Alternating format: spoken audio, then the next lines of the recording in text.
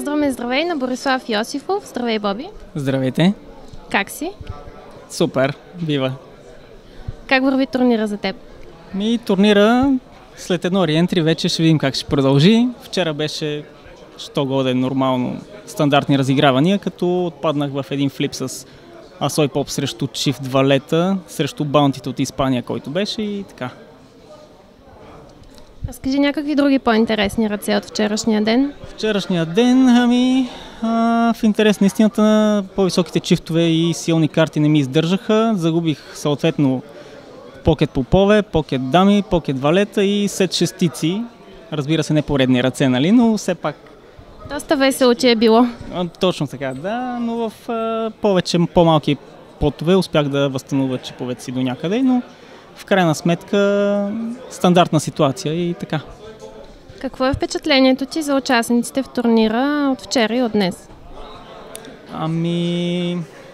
По принцип, понеже съм играл и на няколко турнирите в Испания, като цяло това, което очаквах, се потвърди. Нивото в България е по-високо, поради факта, че байна за българските стандарти е доста висок и това довежда тук почти всички, които играят професионално покер, докато в Испания голяма част от хората, които играят тези нива, се играят за забавление.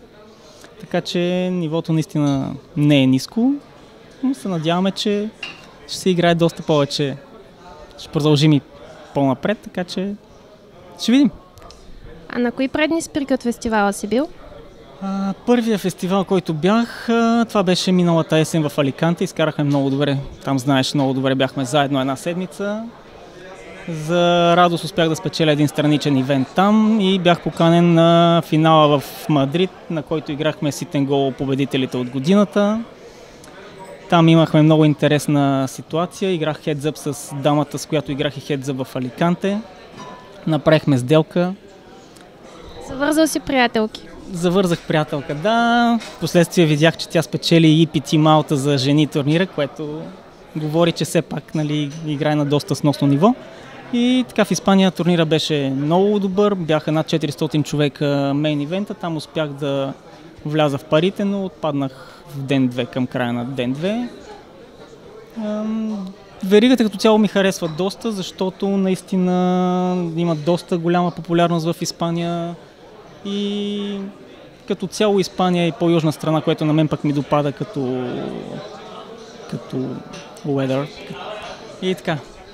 Скоро мислиш пак да ходиш, доколкото разбрах? И да, тъй като един от пакетите, които спечелих на този Sit and Go турнир в Мадрид е за Билбао, който е в края на месец юни, 25 и 26 юни.